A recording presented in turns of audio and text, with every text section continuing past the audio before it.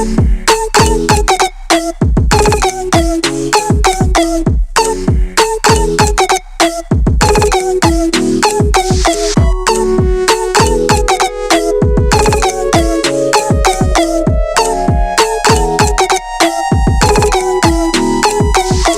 à tous, j'espère que vous allez bien. Bienvenue encore une fois à un nouvel épisode de The Purpose Talk. Aujourd'hui, nous allons commencer, je pense, une nouvelle série. Je pense que ça sera une série. On va parler d'un thème spirituel donc qui concerne notre vie en tant que chrétien. Le thème, c'est comment grandir avec le Seigneur sans prier. Alors, pour grandir avec le Seigneur sans la prière, il faut...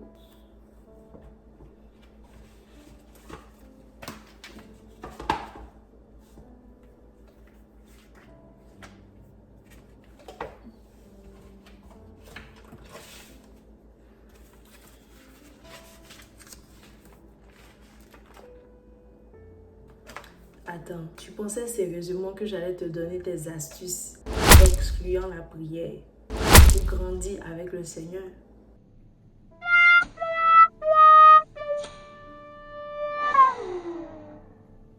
Tu ne peux pas grandir avec le Seigneur sans la prière. La prière est la respiration du chrétien. Être chrétien sans prier, ça revient à être un chrétien mort. Aujourd'hui, j'aimerais en fait parler à tous ces chrétiens-là qui pensent qu'ils peuvent grandir avec le Seigneur, ils peuvent aller dans les hauteurs, ils peuvent aller plus loin, ils peuvent voler comme l'aigle, ils peuvent voir des mystères, ils peuvent atteindre des sommets sans prier.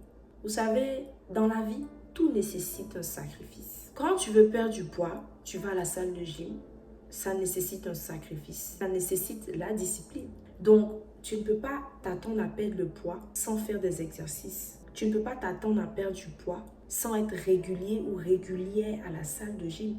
Donc, pratiquer. Quand tu t'en vas à la salle de gym, c'est pas juste pour regarder les gens, c'est pas pour t'asseoir.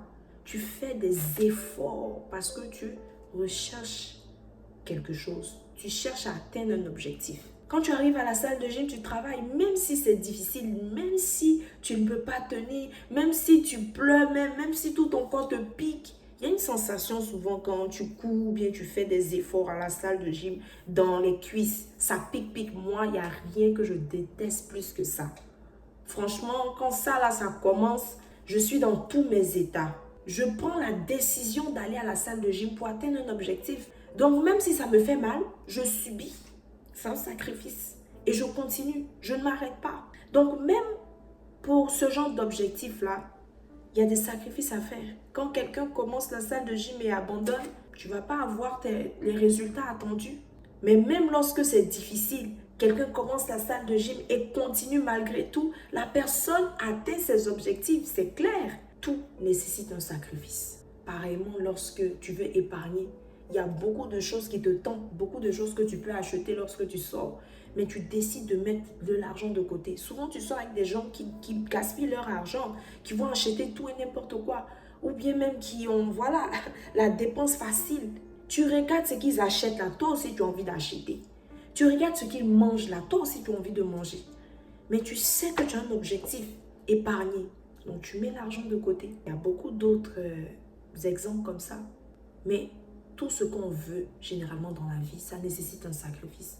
À plus forte raison, dans ta vie spirituelle, si tu veux grandir avec le Seigneur, ça nécessite forcément des sacrifices. Et laisse-moi te dire que prier fait partie de ces sacrifices. Ce n'est pas une corvée par exemple. Donc quand je parle de sacrifice, il ne faut pas penser que quand je dis la prière fait partie de ces sacrifices, pour grandir spirituellement, ça veut dire que c'est une corvée. C'est difficile de maintenir une vie de prière. C'est difficile même souvent de commencer. Lorsque peut-être on vient de donner sa vie à Christ, ou bien lorsque on a commencé mais on chute, revenir encore dans ses habitudes de prière, c'est difficile. Respecter ses heures de prière malgré les exigences de la vie, malgré les difficultés de la vie, malgré la routine, malgré le travail, malgré les emplois du temps, c'est difficile. Et donc c'est un sacrifice. Donc déjà, permets-moi de te décourager. Donc je veux te décourager en te disant que la prière, c'est la respiration, comme j'ai dit, du chrétien. Si tu ne pries pas, tu es un chrétien mort. j'avais fait une vidéo, donc toute une série même, sur la méditation. Donc, lorsque j'ai parlé, au début, je disais que quand on donne notre vie au Seigneur, on est comme des soldats. Donc, on devient des soldats et des soldats qui vont sur un champ de bataille. En tant que soldat allant sur un champ de bataille, tu as besoin d'avoir un fusil ou bien plusieurs armes, etc. Mais un chrétien, donc, qui est un soldat, qui ne prie pas et qui ne médite pas, est comme un chrétien qui s'en va sur le champ de bataille, main vide, bras ballants. Donc, si tu es un chrétien que tu pries, mais que tu ne médites pas, tu as ton pistolet, tu as ton fusil, mais il n'y a aucune balle. Et si tu es un chrétien qui médite, mais qui ne prie pas, tu as les balles, mais tu n'as pas le fusil. Tu ne vas pas lancer les balles comme ça. Ça n'aura aucun effet carrément. Lancer des balles et tirer une balle à partir d'un fusil, ce n'est pas la même chose. Donc, tu comprends déjà par cette illustration que la prière est importante. La prière est importante en tant que chrétien. Donc, je veux déjà te décourager en te disant que tu ne peux pas grandir avec le Seigneur sans la prière. Grandir avec Dieu sans la prière, je ne sais pas comment tu veux faire ça. Je ne sais pas comment tu veux atteindre cet objectif-là. Je ne sais pas c'est quel miracle tu cherches en fait pour pouvoir grandir avec le Seigneur sans prier. C'est la prière justement qui va t'envoyer là où tu veux partir, dans les hauteurs, voler comme les aigles et tout ce que tu veux, tout ce que vous cherchez là. Le feu, etc. Tout ce que tu cherches. Prier, guérir les malades, ressusciter les morts. Tout ça, c'est au moyen de la prière. Parce que c'est par la prière que tu te connectes avec le Seigneur. Et le Seigneur, lui, par cette connexion-là, il te donne des choses. Il te communique des choses. Il te parle. Il te guide. Il te donne la voie à suivre. Tout le monde pense à devenir riche. Mais est-ce que dès qu'on pense qu'on est riche, on est riche? Il y a des sacrifices à faire. Il y a des choses à faire. Il faut travailler. Il faut fournir de l'effort pour avoir la richesse que tu veux. Pareillement, en tant que chrétien, tu dois comprendre que la prière, c'est la respiration du chrétien. Tu ne peux pas grandir sans prier. Grandir avec le Seigneur, avoir une intimité avec le Seigneur, évoluer dans ta marche chrétienne sans la prière. Il y a des choses que tu ne connaîtras jamais. Il y a des choses que tu ne verras jamais avec Dieu si tu ne pries pas. Il y a des dimensions que tu ne vas pas atteindre si tu ne pries pas. Donc, je veux aujourd'hui te décourager déjà en commençant cette série-là pour que tu comprennes que la prière est nécessaire. Et laisse-moi te dire que lorsque tu commences même à prier et que tu t'arrêtes, c'est comme si tu as coupé la connexion. Quand vous causez par téléphone sur WhatsApp et que vous coupez votre connexion, l'appel continue, l'appel ne continue pas. Ça va bloquer, ça va mettre reconnexion, mais ça va se couper. Souvent même, ça ne met pas en reconnexion. Dès que tu coupes le Wi-Fi, ça se coupe. Parce que c'est ça qui relie. Le Wi-Fi, dans notre cas, en tant que chrétien, c'est la prière. Et ça relie deux personnes, ça met deux personnes en communication. Dieu et toi, ça vous relie. Tu ne peux pas naviguer, tu ne peux pas surfer sans Wi-Fi, sans Internet. Ça ne marche pas. Quand tu essaies d'aller sur le net, tu essaies de taper Google, etc. et que tu n'as pas d'Internet, tu n'as pas de connexion Internet, ça ne fonctionne pas. Quel que soit ce que tu fais, quel que soit ce que tu tapes, quel que soit combien de fois tu rafraîchis la page, ça ne marche pas. Donc, sans le Wi-Fi, il y a une déconnexion. Sans la prière, tu n'es pas connecté à Dieu. Tu es déconnecté du Seigneur. Sans la prière, tu ne peux pas évoluer même dans la vie physique. Parce que ce qu'on fait dans la vie spirituelle déteint sur notre vie physique. La vie de prière que tu as déteint dans ta vie physique. Tu te dis, je suis chrétien, je n'entends pas le Seigneur. Les autres entendent Dieu, mais moi, je n'entends pas. Dieu ne me parle pas. Dieu ne m'aime pas aussi. Non, Dieu ne te parle pas. Mais parce qu'il n'y a pas de Wi-Fi. Mais parce que vous n'êtes pas connecté. Ce n'est pas parce que la personne ne te parle pas. Peut-être qu'il essaie de te parler, mais ton Wi-Fi n'est pas activé. Donc, tu ne peux même pas voir qu'il essaie de t'appeler. Mais il suffit juste que tu actives la connexion Wi-Fi, que tu actives ta vie de prière pour entendre ce qu'il est en train de te dire, pour te connecter à lui et pour comprendre. Pareillement aussi, en parlant de connexion Wi-Fi, je suis très contente de cet exemple parce que ça va nous aider dans la suite des choses. La connexion Wi-Fi, on l'active tout le temps pour aller sur Internet, pour surfer, pour etc. On ne peut pas rester une journée sans connexion Wi-Fi. Parce qu'on ne peut pas aller sur Internet, parce qu'il y a beaucoup de choses qu'on ne peut pas faire. WhatsApp, on a besoin de ça pour nos appels, on a besoin de ça pour aller sur Internet, on a besoin de ça pour se balader sur TikTok, scroller sur Instagram, etc. Pour voir les nouvelles trends, pour rester connecté sur Facebook, les bérets, les nouveaux dossiers chaque jour. On ne peut pas rester sans Internet.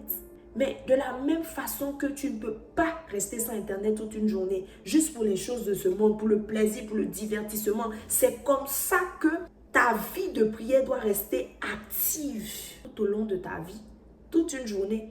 Mais nous, chrétiens, on peut passer toute une journée, on ne prie pas. Toute une journée, on ne parle pas à Dieu. Il y a beaucoup de choses qu'on prend à la légère. Parce qu'on se dit que non, je peux prier demain. Non, ce que je dois faire aujourd'hui, là, je peux faire ça demain ou dans 2 jours. Ou c'est pour ça que je suis allée à l'église de dimanche. On prend beaucoup de choses à la légère et on ne comprend pas encore le bien fondé de la prière. En réalité, lorsque tu n'es pas en train de prier, tu remets la prière à demain, tu es en train de reculer.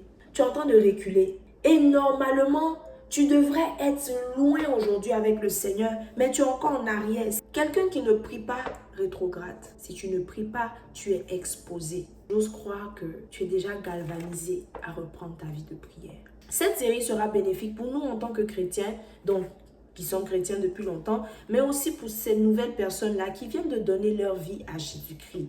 Donc ça, c'était l'introduction pour planter le décor de la prière, pour que tu comprennes que sans prière, tu ne peux pas évoluer et pour que tu réalises que tu dois prendre ta vie de prière au sérieux et que tu dois suivre cette série qui va commencer sur la prière. On va, durant cette série-là, parler de la prière, de l'importance de la prière, de comment se relever dans la prière ou comment bâtir un hôtel de prière. On va parler de beaucoup de choses qui concernent notre vie de prière. Parce qu'en tant que chrétien, on doit se relever. En tant que chrétien, on doit être même la prière. On ne doit plus être au stade où je veux prier. Mais on doit être au stade où je suis la prière. Parce que ta nature entière devient la prière. Tu ne peux pas passer un moment sans prier dans ta journée. Tu ne peux pas passer 4 heures, 5 heures, 6 heures du temps sans prier. La réponse à cette question qui t'a poussé à cliquer sur cette vidéo avec ardeur. Toi, tu pensais que moi, j'allais t'aider dans ce projet que tu as là, grandir avec Dieu sans prier. Moi, je ne peux pas t'aider. Peut-être quelqu'un d'autre. Moi, je ne peux pas t'aider. En tout cas, s'il n'y a pas la prière dedans, je ne peux pas t'aider. La prière, c'est la clé de la porte du surnaturel. C'est la clé de la découverte du Seigneur, de la découverte des mystères du royaume. La prière, c'est la seule clé. Alors, tout au long de cette série, nous allons parler de la prière.